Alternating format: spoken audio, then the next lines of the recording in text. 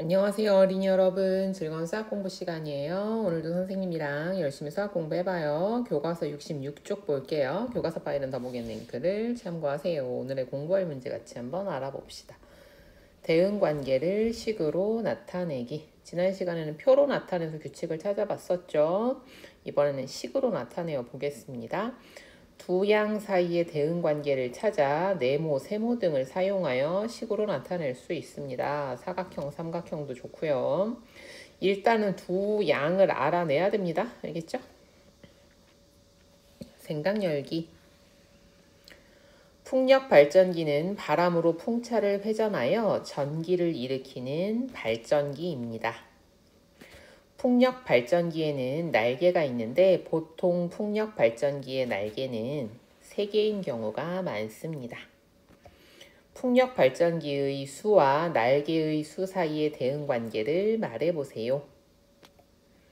자, 대응관계에 있는 두 양 뭐랑 뭐예요? 풍력 발전기의 수, 날개의 수입니다. 풍력 발전기의 수에다가 날개의 수를 구하려면 어떻게 해야 된다? 3배 해주면 되죠? 날개의 수는 풍력 발전기의 수의 3배이다. 아니면 풍력 발전기의 수는 날개의 수를 3으로 나눈 것으로 구할 수 있다. 뭐 이렇게 할 수 있겠죠? 풍력 발전기의 수와 날개의 수 사이의 대응 관계를 식으로 어떻게 나타낼 수 있을까요? 한번 해봅시다. 탐구하기. 풍력 발전기의 수와 날개의 수 사이의 대응 관계를 식으로 나타내어 봅시다. 풍력 발전기의 수와 날개의 수 사이의 대응 관계를 표로 나타내어 보고 규칙을 찾아 써보세요. 바로 규칙을 찾을 수 없는 경우가 많습니다. 지금 배우고 있잖아요. 그죠? 그러려면 누구의 도움을 받아요? 표로 그리면 좀 뚜렷해집니다. 표로 한번 나타내어 볼게요. 자, 먼저 대응 관계에 있는 두 양을 표시해 보면 풍력 발전기의 수와 날개의 수죠. 그래서 풍력 발전기의 수, 날개의 수 이렇게 표로 나타냈습니다. 한 대일 때는 날개의 수 3개, 2대일 때는 6개, 3대일 때는 9, 12, 15. 그죠? 위에 하나 쓴 거랑 반대되는 걸로 써볼까요? 풍력 발전기의 수는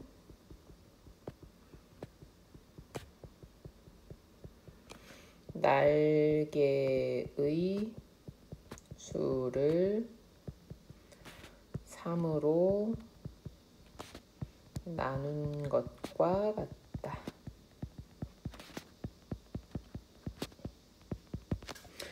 풍력 발전기의 수는 날개의 수 나누기 3이다. 뭐 이렇게 해도 되겠고요.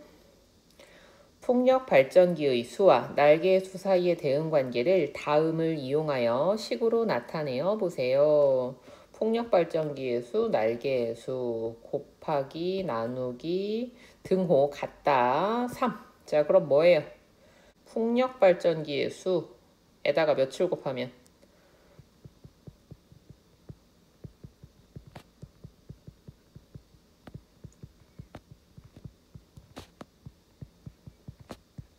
3을 곱하면 날개의 수가 나오죠. 하나 더 해볼까요? 날개의 수. 이번엔 뭐 해줘야 돼? 나눠줘야 되지. 나누기 3을 하면 뭐가 나온다? 풍력 발전기의 수가 나온다.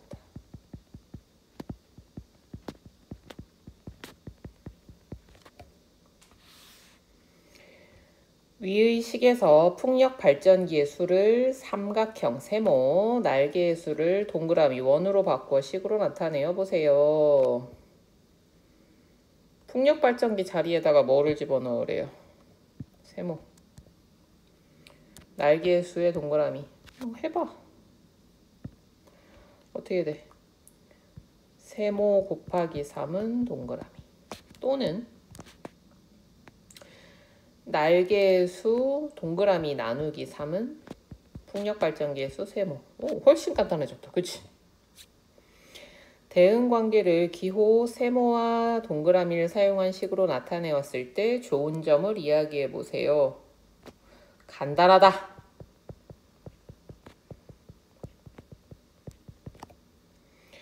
대응관계를 식으로 간단하게 나타내는 방법을 이야기해 보세요. 기호를 사용하면 되죠. 세모나 동그라미 같은 기호를 사용한다. 자, 그래서요, 수학이 이 수화식이라는 간단한 걸 얼마나 많은 걸 표현합니까? 이것이 수학의 아름다움, 수학의 효율성, 수학의 멋짐. 멋져지려면 머리를 좀 많이 써야 됩니다. 알겠죠? 정리하기. 대응관계를 식으로 나타내는 방법을 정리해 봅시다. 두 양 사이의 대응관계를 세모, 동그라미, 네모 등과 같은 기호를 사용한 식으로 간단하게 나타낼 수 있습니다. 풍력 발전기의 수 곱하기 3은 날개의 수를 간단히 기호를 이용하면 어떻게 된다? 세모 곱하기 3은 동그라미다. 날개의 수 나누기 3은 풍력 발전기의 수를 어떻게? 동그라미 나누기 3은 세모다. 이렇게 간단히 나타낼 수 있습니다. 약속이 중요한 거예요. 확인하기. 1번 소희가 12살일 때 소희의 오빠는 3살이었습니다. 몇 살 차이야? 3살 차이 나네. 그치?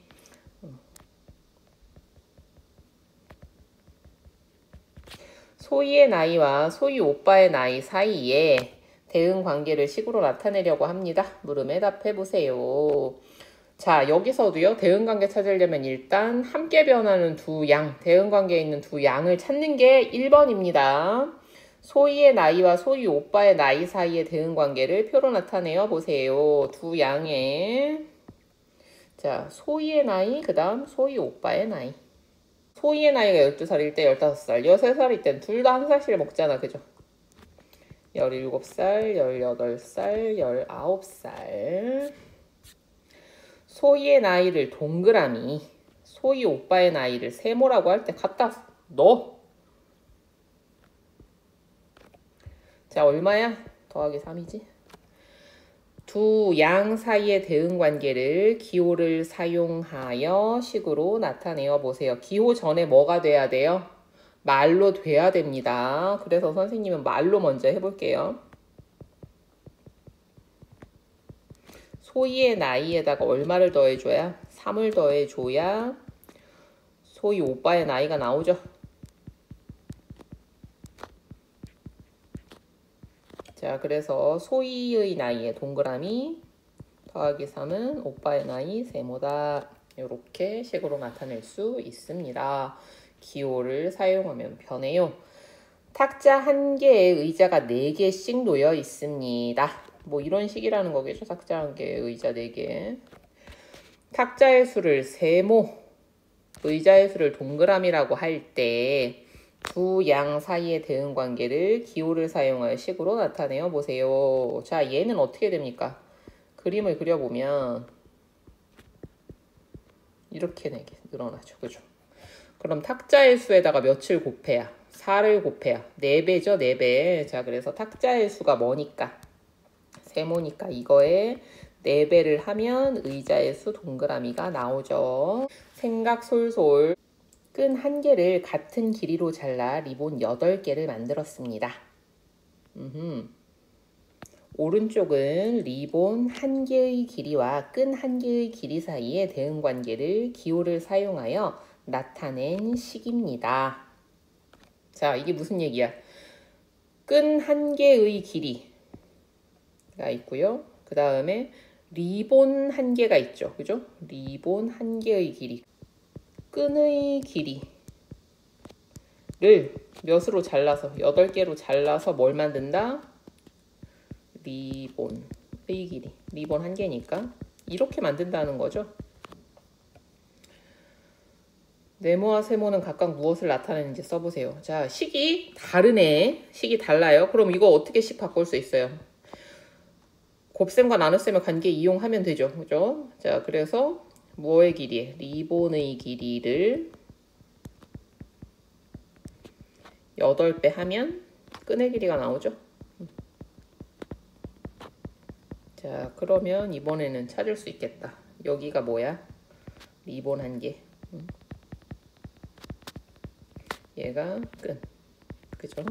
자, 그래서 네모는 리본 한 개의 길이. 세모는 끈 한 개의 길이. 이렇게 나타낼 수가 있습니다. 자, 그래서요, 같은 관계라고 해도 우리가 덧셈도 이용할 수 있고, 뺄셈도 이용할 수 있고, 곱셈도 이용할 수 있고, 나눗셈도 이용할 수 있고, 표현하는 방법이 다양하다. 요거를 꼭 알아둬야 됩니다. 알겠죠? 자, 이렇게 해서요, 이번 시간에는 기호를 사용해서 식으로 나타낼 때 또 간단히 나타내는 것까지 해봤습니다. 그 전엔 뭐부터 할 수 있어야 된다? 두 양 찾고, 표로 나타내고, 규칙 찾고, 말로 하고. 알겠죠? 내가 어느 단계가 어려운지 생각해서 거기를 좀 많이 연습하세요. 자, 오늘도 공부하느라고 수고 많았습니다. 다음 시간에 또 만나요. 안녕.